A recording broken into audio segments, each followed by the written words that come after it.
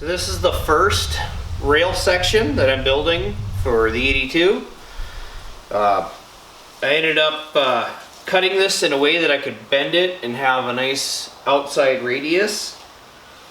It was a different style that I saw on YouTube, of all things, several months back, and I've been wanting to try it, so I gave it a shot yesterday and it worked out. The video I watched, it was a little difficult to grasp what was going on, so that one was just video, and somebody didn't explain it, so I'm going to try to explain it so that if you want to try this it's hopefully a lot easier for you to figure out the first time. So the big thing right off the bat for tools is marker and a scribe, speed square. You need something that is round in a diameter that is twice what the width of your tubing is. So this is a 2x4 piece of tubing, so I needed an 8-inch round diameter. A couple of clamps, welding magnet square helps, and a big regular rectangle square, and a grinder with a cutoff wheel. Now, I want to start off with my first bend. I'm going to make a match to this rail, which is going to be the floor and rear section on the car.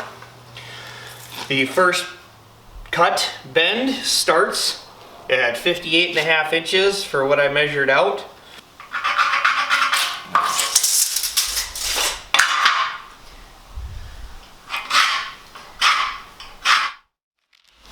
Now this is going to be where the bend starts. So we're going to start by marking out the 45. So the speed square, I'm making sure to line it up with the very end here with my line. And I can draw the 45. With some of this larger tubing and the rounded radius, it can be a little more difficult to get all these exact, but because we're welding it back together, we can handle it being a little bit off. Right. Now, because we want to be able to bend this up, and it's 4 inches, we need to mark 4 inches along this diagonal. So, still use the speed square for that.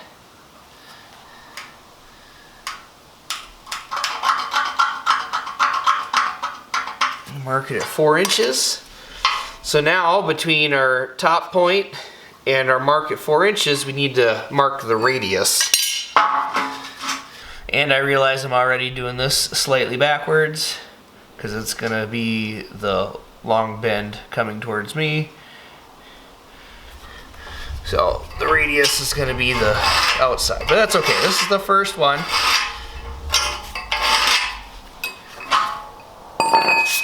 So we'll be bending this way. So now with this radius marked, we need to know the distance of length in that radius, which, take my round piece, you see I've got these two marker marks on there. That's going to be the distance we need to mark from our bend point along the bottom. And I have that number written down already because it's easier than trying to... The first one I lined it up and then rolled it like this.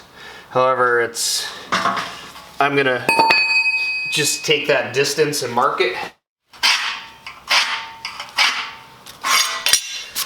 So we're gonna end up cutting away here and here.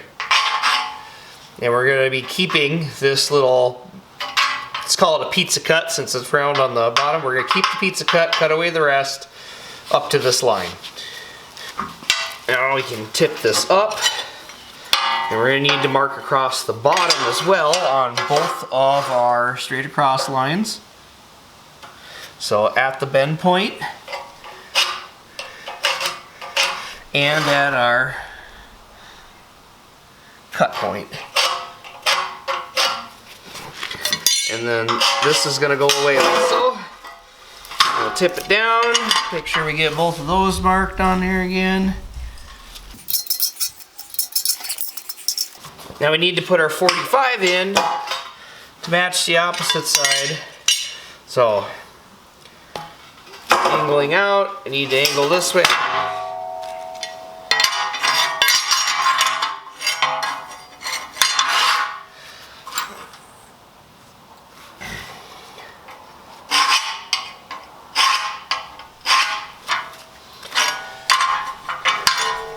Same thing we did before. And I mark it 4 inches.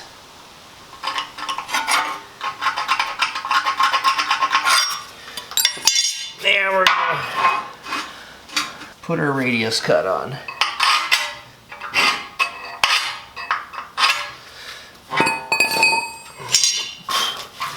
Alright, so we've got radius there, 45, cut this out. Okay. Now, with everything marked, this is the edge we're going to be keeping because of the radius on this tube. I actually have to go over the radius a little bit and cut it across, but we want to keep the bulk of this material on top. Now, the cool thing here, where the speed square is really going to be what you want to use for this versus anything else, is because if you're going to be doing different angles, like I'm keeping it simple with 45s just because of simplicity. The speed square, however, has nice marks for all the different angles between 1 and 90. So we can pick any angle and be able to mark that and then go back, connect the lines from where the mark is at so that we can pick any angle we want of bend to put in this, and then that mark and bend are then going to change the length of the arc that we're going to use. And that distance changes, and that just changes where we cut, and we can basically do this style of bend with any degree angle.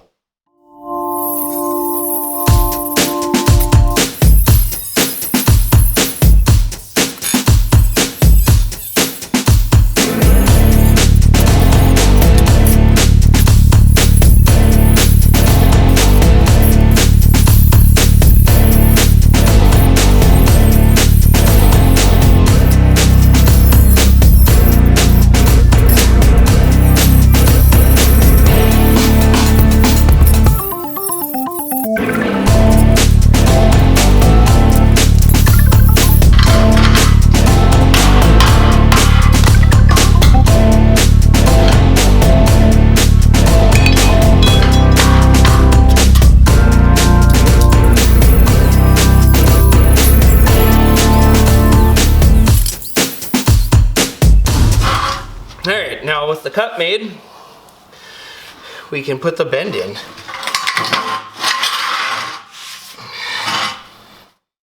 Yeah, it looks like it's pretty close right there, but because I'm trying to copy the other one, I'm not going to just go off of the magnet.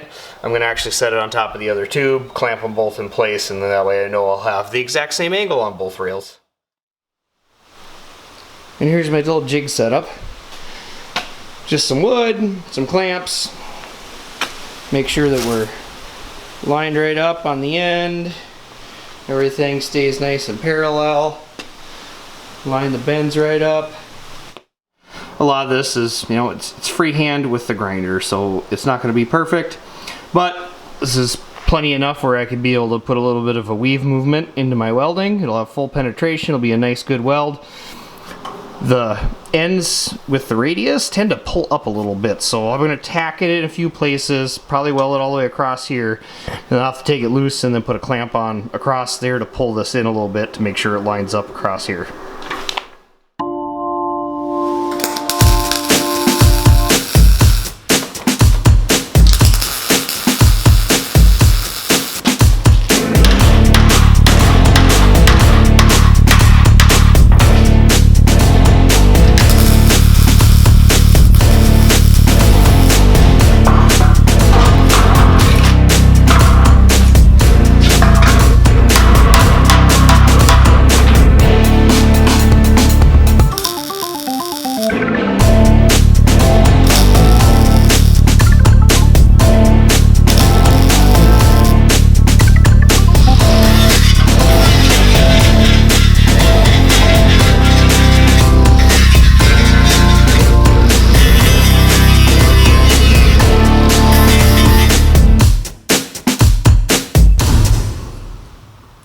there's our first bend. So I'm trying to match up the bends, and despite, you know, measuring it out and trying to make sure it was exactly the same, how I actually set the height was by going off the bottom of the tube and then setting the height here so I can keep it square down off the bottom.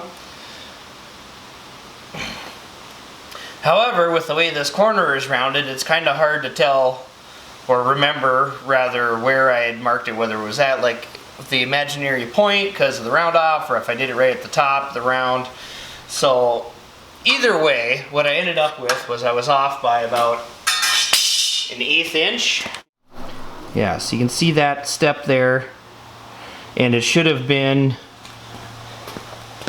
folding it over like normal, where this top edge would have been just above that, so probably about 1/4 inch off. And it was like, ah, crap, well, this gap was really nice and tight because I left a little bit extra off of my scribe lines this time, and it was like, god dang it, you know, it was coming right down to being parallel, but it was off on height. Well, just to give it a go, I literally gave it one smack with this hammer, and now it lines up perfectly. It just shifted that over enough to make it match up. I'm gonna have a little bit of extra material on the top, but that's okay. I'm planning on, you know, rounding that back so it looks the same after I grind it off. I'm holding them together at the end, on the bend, and on the lower part, and down at the very far end. So, I mean, I can't really see where anything doesn't line up, and by default it should all be lined up. Mostly I'm just looking at if I can keep everything, you know, tolerance wise to be less than 1/16 of an inch, probably doing really good. Typically you see some 2x3 3/16 wall, or this 2x4. I don't know if they do that in 3/16 wall also normally for chassis, or if it's 1/8 inch like this. I'm using this because it's what I could find and have available for free. And I don't know if you've looked lately, but the price of steel tubing, especially roll cage stuff or anything you're going to be using to fabricate, I mean just steel in general, has almost quadrupled in price in the last 4 or 5 years. Like, it's absolutely nuts. I'm already looking at the tubing I'm going to have to buy for the roll cage being nearly $1,000, versus I bought 2 roll cages worth of tubing for like $300 5 years ago. So that's it's going to hurt a little bit, but you know, I'm going to have a little more cleanup time with this stuff because it's been sitting out and surface rusted, but in the long run, it isn't going to make a darn bit of difference. We'll end up getting, you know, it blasted and everything. Actually, what I'd like to do is, once I get it in the car, the plan is going to be welding it right to the car, or welding the car body to the chassis I'm making it a unibody car instead of a on-frame, which should add a lot of strength to it. And more importantly, what it's going to allow me to do is cut away a lot of the body structure, hopefully offsetting a significant amount of the chassis weight compared to the body, because the goal on this is lightweight, so we'll see how light we can make it.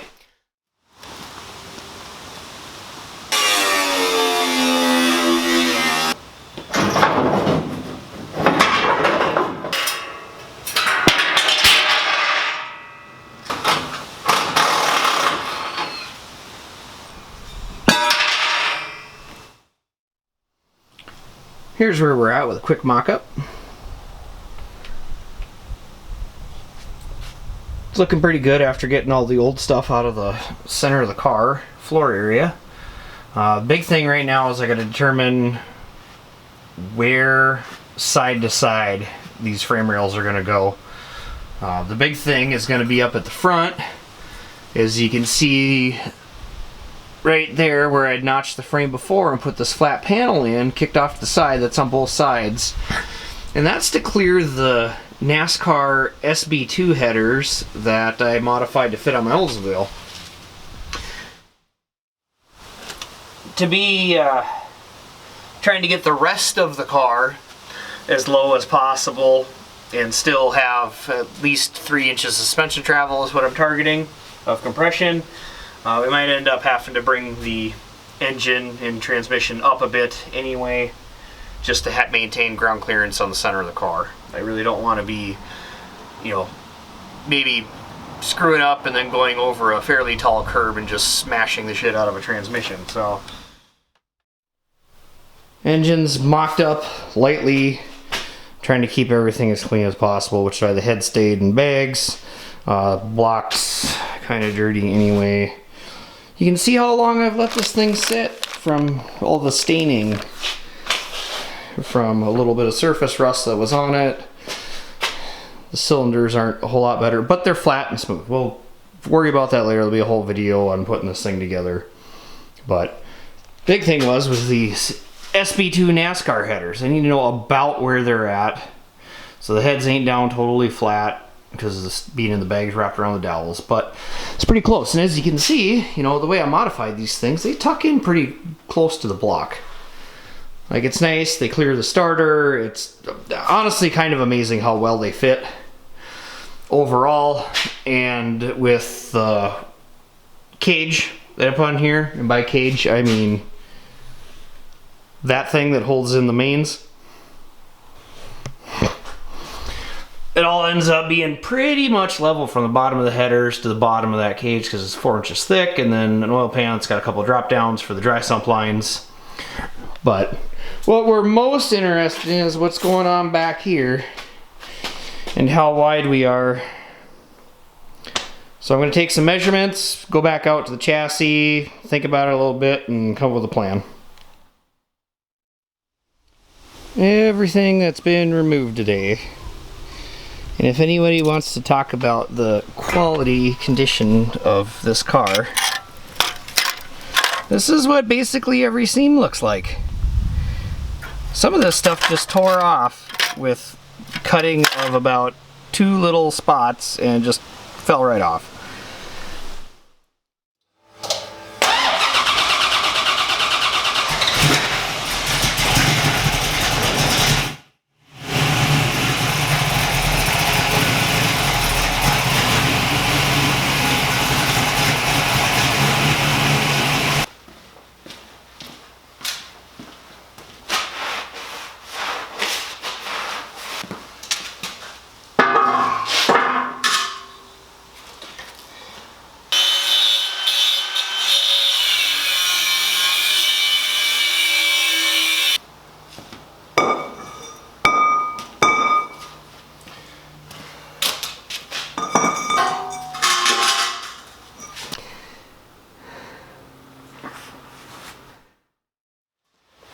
There, just cut 2 29-inch pieces here quick, just to kind of throw them in here and visualize the spacing of these rails a little bit more. I was going to just tack these in. Well, I will need to for these 2 down here anyway, but as long as I'm tacking it in to try to set this thing up for the spacing it's going to be, what I can do that's going to be able to stay is I should do a cross member up here in the riser area. Definitely something up towards the top, just going straight across, but then I'm thinking like maybe kind of a arch hoop in here that ties in down on the bottom. And if I space them in here right, I should be able to have it land right on top of my gusset plates after I put those in. And that'll just add even more strength to those bend areas, so I don't have to worry about anything fatiguing there. What are you doing on the car? Why are you up there? What are you doing?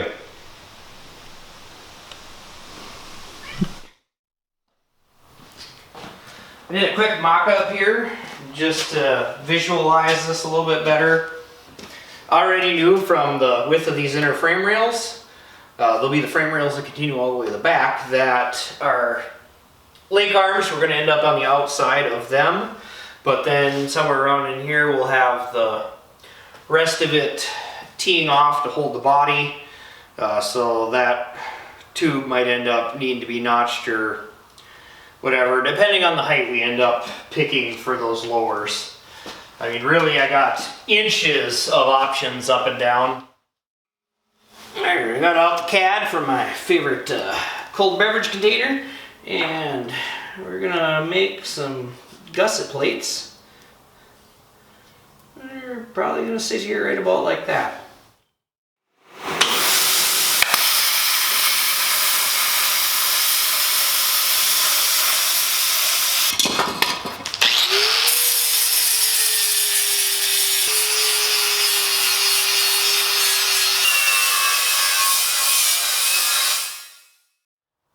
We got the first two gussets put on, and now we begin with the difficult part of building a chassis or anything with welding, and that's warp.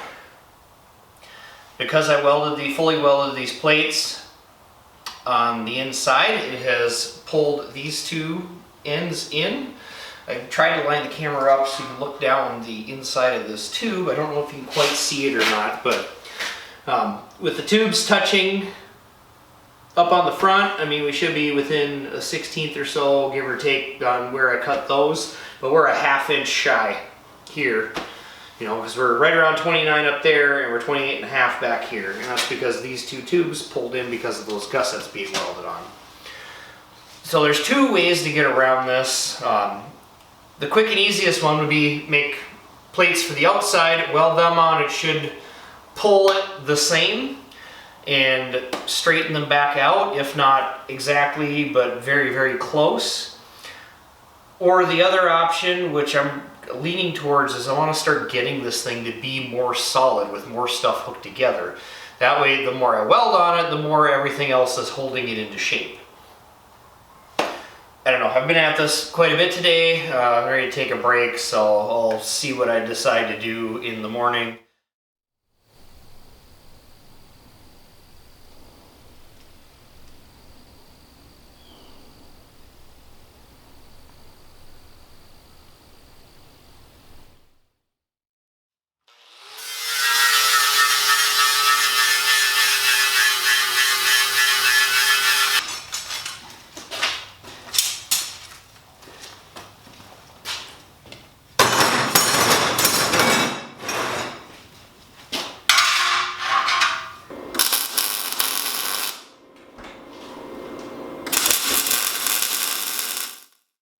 So I made two different style gussets. They're all the same shape, just the ones that are going to be on the outside of the frame have the window.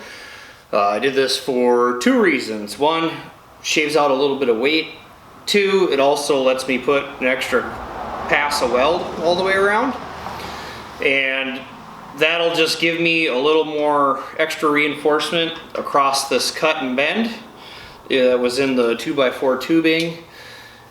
As well as, my plan here is, like I was talking about warp, I weld the solid ones on the inside of the frame rail first.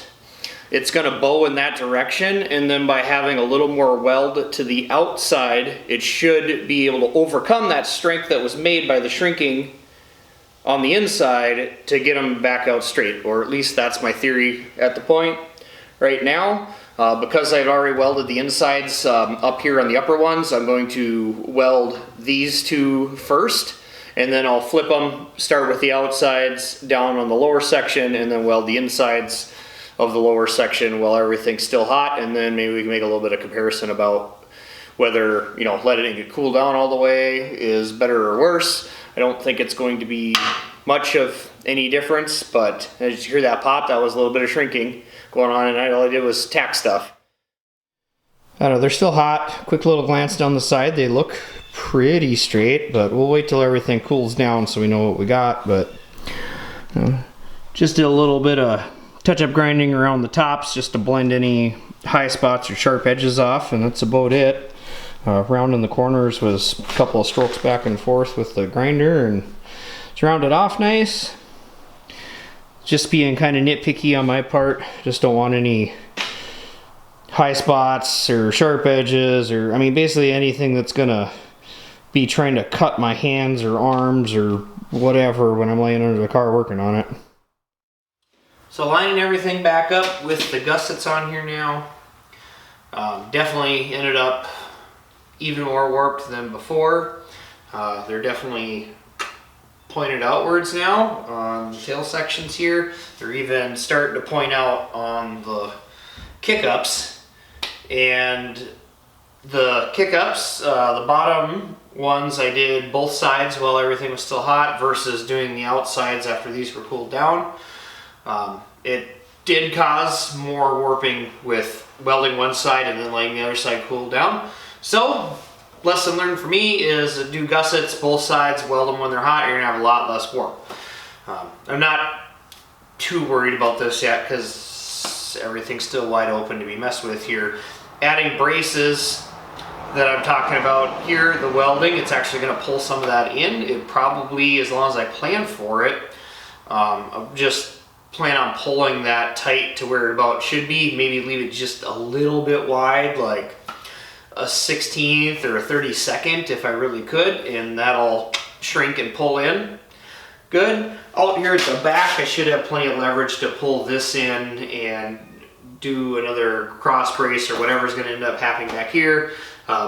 Most likely probably a fuel cell or tire storage of some sort. So even if these are angled out for now, it's not that big a deal as long as I don't start welding a bunch of chassis components or body mount stuff to it. So in order to make this work, I need to have 29 across the front and I need 29 at the back. But you can have those two measurements and have it be diagonal. So by measuring the X shape, that's to make sure that we're not diagonal and that it's actually sitting in a perpendicular and square rectangle. This is the part where having a chassis table and dowels with a set grid pattern would make this way, way nicer. I'm also trying to make sure that I'm measuring off of the same side of the tape measure every time. And on the diagonal, I'm just over 57 5/8. On that side, I'm just like right on 57 5/8, so it's just a bit shorter, but the cut that's I had no control over on the front of here, unless I tried to square these things up and machine them, is ever so slightly back of the edge of this bar, so I'm gonna call that square. It's definitely, you know, a 32nd or less. That's plenty square for what's going on here. Alright, I put a few tacks more on the front and 2 on this bar on the back, since this bar was actually right to size for 29 across. So just verifying that the dimensions are holding. And I just checked the tube in a few places. This tube is far from actually flat. So I'm just looking at it's touching somewhere in the middle half of it or so. And both rails are pretty good on the bottom. Both are pretty good on the angle here. And then this rear one's pretty good, but the rear on this side's got a little bit of tilt to it. Actually, the inside's not bad. The outside's got tilt. So that's just tolerance in the tube. So I'm not too worried about it. I'm pretty happy with how it came out. Now I want to make sure that I can build this back section and do this X-brace, but I've got an extra 1/8 inch, almost 3/16, yeah, about 3/16 inch wider up here at the top of the rail versus down at the bottom. So I'm right on 29 there, but 29 3/16 at the top. And let's see, right here at the beginning of the gussets, I might be a 32nd over 29, so that's really not bad. So it's over the length of the gussets where it really pulls out. We'll be helping that by welding on the insides, and then it'll pull back in some. Just as one additional check, I put the self-leveling laser up there on the frame rail, and I checked the top of the rail on both sides down to where I could see the laser crossing it. They're both within about a 32nd, and if I check from the tops down to the floor all the way at the back, they're exactly the same. So I'm pretty confident that everything's gonna be about as good as I can get it. You can see I added this bar in up here. I had to grind a little bit off of it and then put the strap on here just to pull them together. And now I'm about a 32nd wide of 29.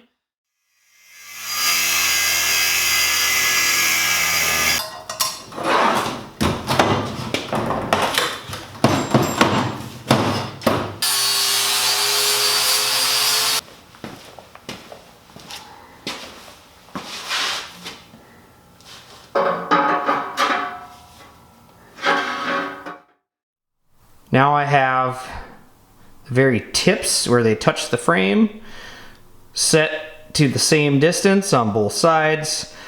This stack up of wood blocks is actually way more than I needed for the drive shaft. It could easily be 2 inches lower or more, which I would do to make more room for the 3-link. However, I do want to put a crossbar that ties into the plates up here, and having it tipped up just a little bit higher, which would be, you know, angled up this way some more, gets it lined up real nice to land the tubes here. I don't want to go totally center because we're welded around the edges, so it'll be a little more structural strength being closer to the welds on this plate versus having the potential to pull away. I probably could have drilled a few holes in there or just windowed them out like this, except I didn't know where the tubes were going to land, so I really didn't want to end up with that and having it look weird.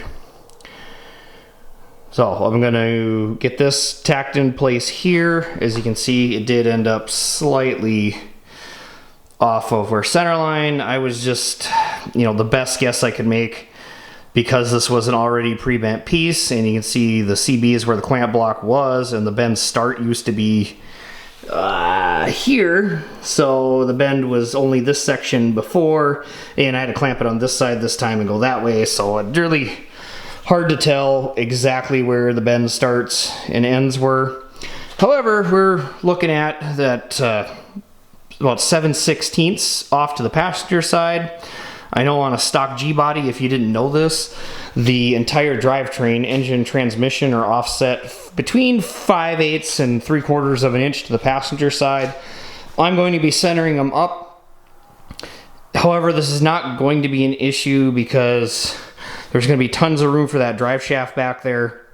I mean, really, even at maximum compression plus an extra inch of clearance, I still have like another 1.25 or 1.5 inches of clearance, even more than that, before it even gets close to that tube. Here's what I did for the upper tube. Just cut in with the cutoff wheel, slid it down the sides, and then final fit it with the grind flat disc, so that it overlaps, so we'll get a big, nice, big, long weld up there. Gonna need to set the level.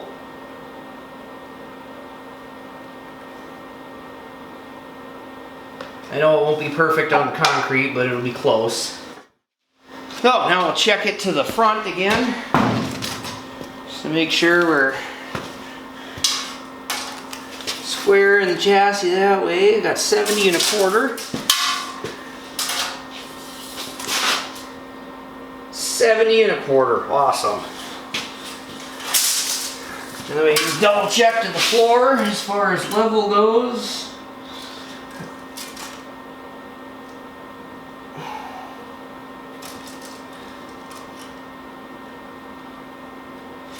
Might be off ever so slightly. Oh, yeah, and it's agreeing with the gauge. Pretty happy with where this is at now, so I'm gonna burn these in, and then I can take that rear spacer out, and hopefully it'll be holding 29 then.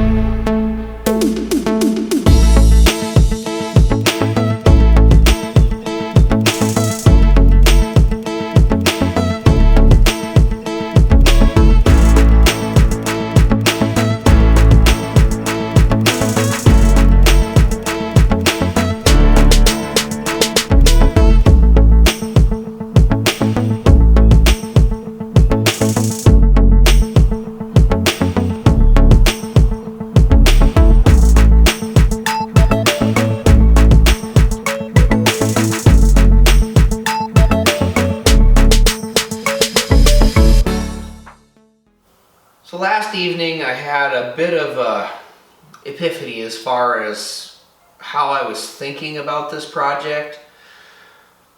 When I began it, I was thinking about what I was doing to that car to build the chassis as good as possible. And come around to, that's not what's happening here in reality. In reality, I'm building a chassis and adding that car to it.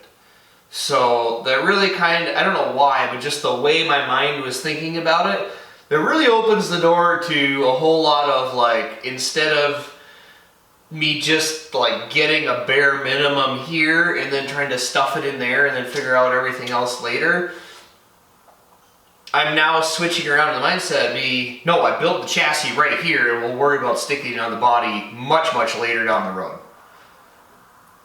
And for some reason that feels like it's going to be way easier.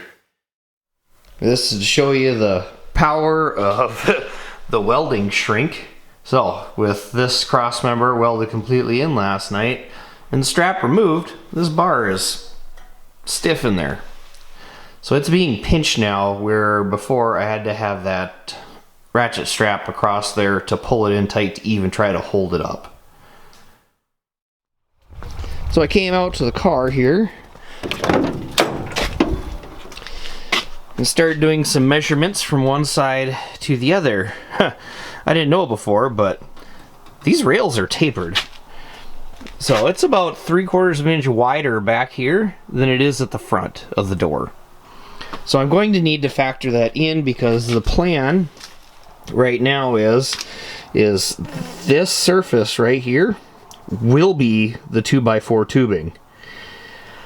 So I want to cut everything out. I'll have to put a new piece down here as far as the body look on the outside, which is, I mean, that was all rotted and shitty anyway. That's why I made this side skirt a long time ago. But I basically want to be able to like cut along here and everything underneath gets replaced. I mean, basically all of this can get cut out and just put a flat panel on the top, because we won't need the taper to put the sill back in or anything like that. So it'll make this all very, very simple, and will eliminate quite a bit of weight. So I know I need to plan for where that's going to end up. This is the vertical section I was talking about earlier, where I want to put the firewall at and line it up with that mid plate and at the front of those tubes. So I can measure from this point. I know how wide the frame rails are. I'll have to do the math about how far I need to go out, make sure I got the taper that I need, and then make sure that I extend a little bit past this body reinforcement section here that's got the door striker and all that, because my plan is I want to tuck the cage in here. But instead of landing where the factory frame is, I want to land on that tube. So it's almost going to be tucked in here where it can come straight up, and it's going to be super tight to the body all the way up. Alright, well, I skipped ahead quite a bit here as far as the video is concerned, because largely I didn't know how the heck I was going to do that back portion there, because I had the bend coming up to put it in the same plane as the rise section, but then I needed to bend it over, and that was my first time on the bend over doing the 2-inch wide side, and really kind of having an unknown angle that I was going to end up with. I ended up thinking I needed to trying out what the angle should have been calculation wise, and it just wasn't working. So I cut some more off, and then now I don't know, when I finally got it all fit, I'm probably closer to where I was at anyway. So now I got some gaps to fill. But that section back there, I'll be getting a plate on the inside, and I think I'm going to incorporate both bends plus a top plate to it. And really that there shouldn't be holding a ton of load. It'll take a little bit of the roll cage. However, the lower control arm mount for the rear is going to have a big gusset and basically a cross member extension going across, so that there's plenty of adjustability in there. It'll have vertical height. I should be able to tie it all into that, and it'll be a super strong part of this frame anyway. After getting that close enough to where I felt comfortable moving on to the front, came up to the front, did my first 90-degree bend, which worked out pretty close. It took a little hammer massaging to get it located where I wanted. But right now, I'm just trying to get this thing final fit. I have the bar up in the front here going across that's still acting as my datum. The floor is the datum. And I have that piece of C-channel back there just to see where I'm at lining up with the rest of the frame as far as that angle is concerned. I'm about an 1/8 inch off from that C-channel face. I'm probably 3/16 off where it meets up at the upper section of the frame. And as far as my measurement from the outside of the inner frame rail to the outside of the outer, I'm about an 1/8 inch wide on both. I feel like that's the least of my concerns. At least it's consistently wide. And welding it should shrink in probably almost a 1/16. However, what's bugging me is the fit up back there.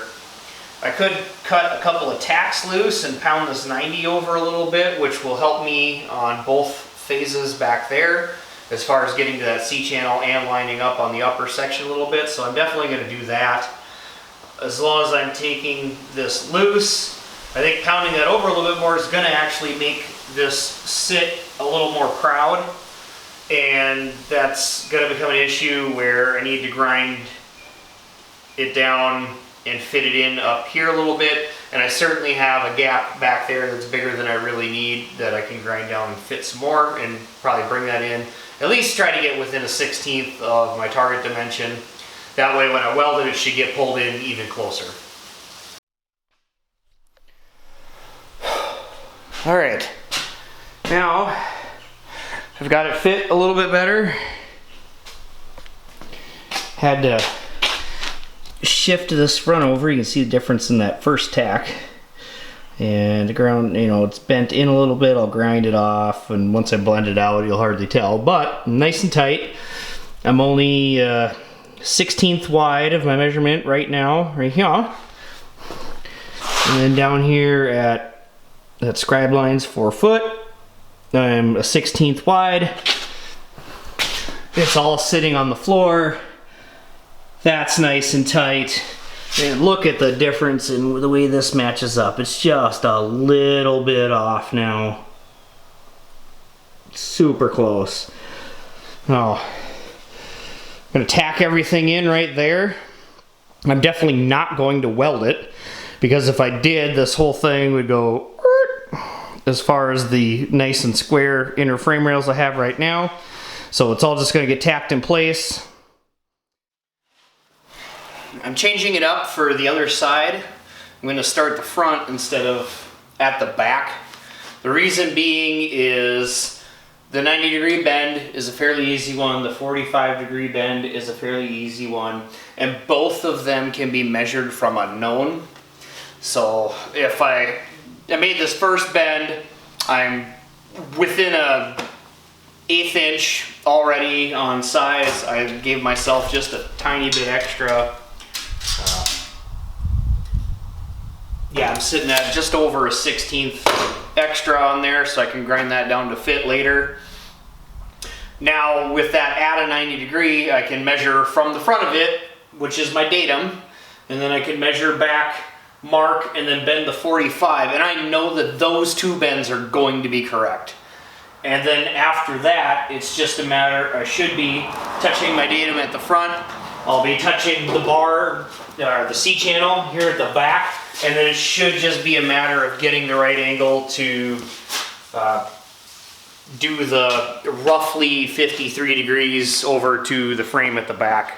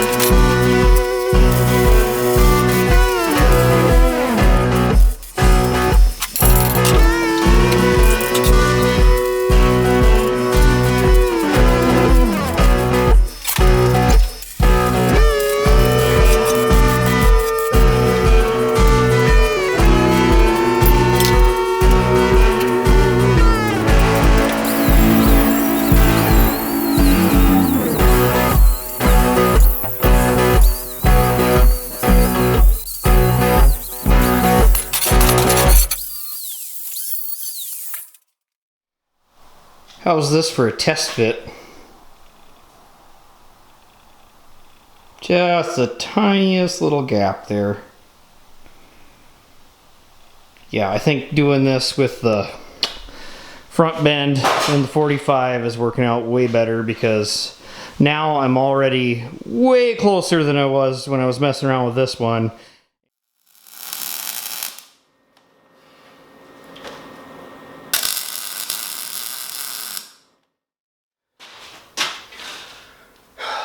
Well, I'm spent. This has been a Thursday evening, all day Friday, about half a Saturday, and pretty much all day Sunday that I've been on this. So we're, I don't know, probably nearing 20 hours total in. I mean,